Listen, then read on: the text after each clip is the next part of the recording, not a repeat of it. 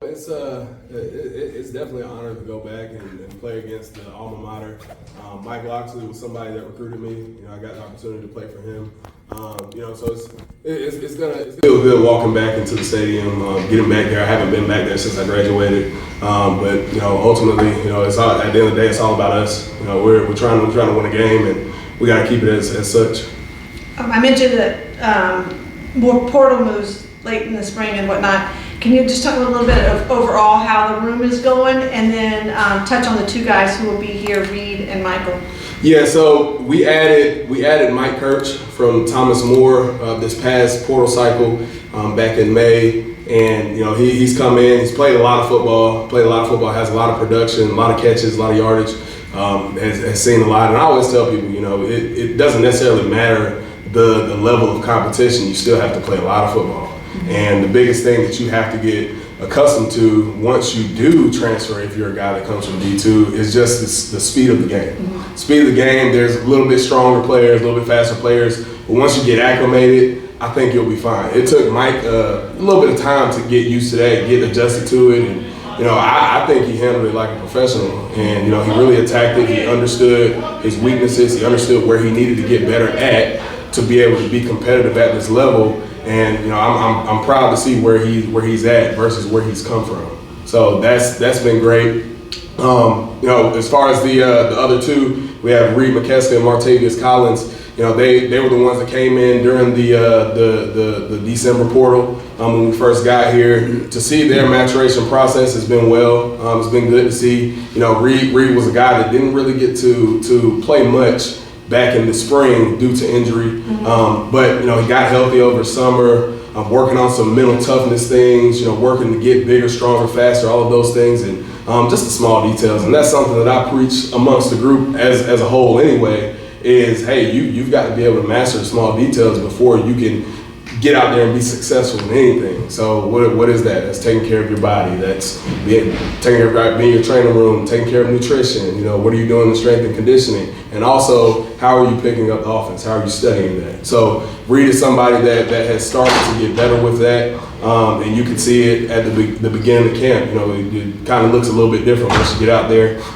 Same thing with Martavius.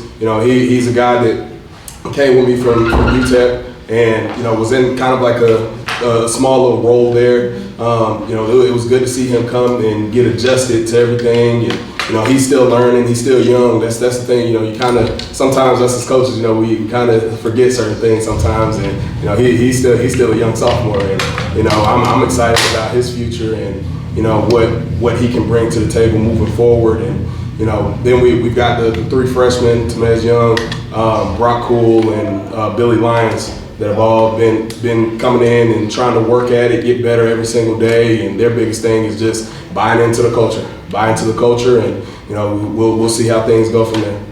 Coming from a program that has success, how hard is it to teach that buy-in and what you're trying to do culturally?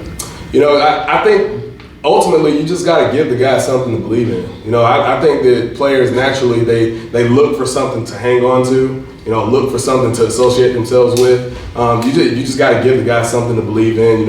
At one of my previous places, Austin Peay State University, we won a conference championship, and every day I'm preaching the small details is what got us there. And we firmly believe that, hey, when you focus on the small details, everything else will take care of itself.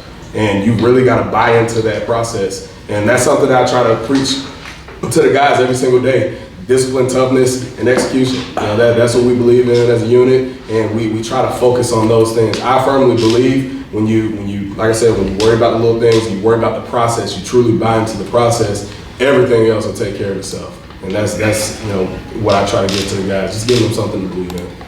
For a team under Coach Kitley, we know that he could run the ball a lot in the season, he could pass the ball a lot in the game. So for the tight ends and the versatility, do any of them kind of stand out to you, someone who can be in as run blocking, pass catcher, whenever you got to run those short drills, 2-minute, 4-minute offenses, try to get into the end zone? Is there any name that's like be able to do it all, and you can keep them out there for the full game if you needed to.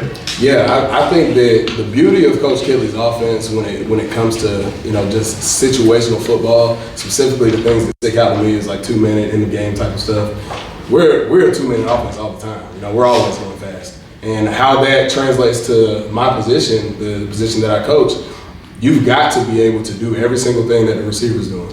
And you've got to be able to get in there and block with the offensive line and maintain that communication with those guys. So I think that when it comes to those types of things, everybody as a whole has to be able to do it anyway. I think you kind of look into your specific roles that you have, and you kind of place roles on certain guys, like maybe a younger guy that you're trying to get some experience, game experience, that type of stuff. You kind of put them in specific roles so that they can start getting comfortable playing out there. But as a whole, everybody's got to be able to do it anyway. So that's the thing. I do believe that with Mike Kirch's experience, him being able to catch the ball, he's had over 70 catches in his career. I think that that's a guy that you can really lean on in the pass game just because he's done it, But as a whole, I believe that all of the guys have to be able to do it.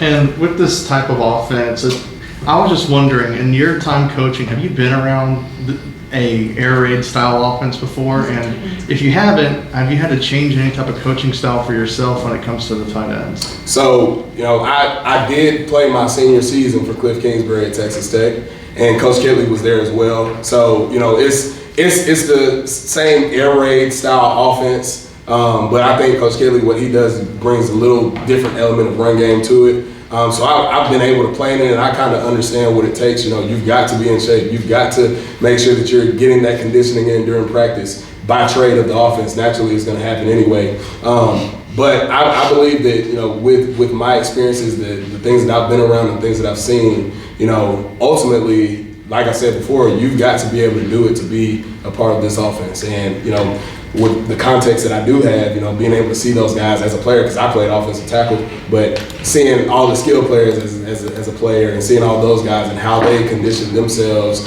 I kind of lean on that context from back then. It's like, okay, I know what it looks like from a skill position perspective. All right, this is what you need to do to make sure that you're competitive and we can actually put you out there and not lose a beat. All good?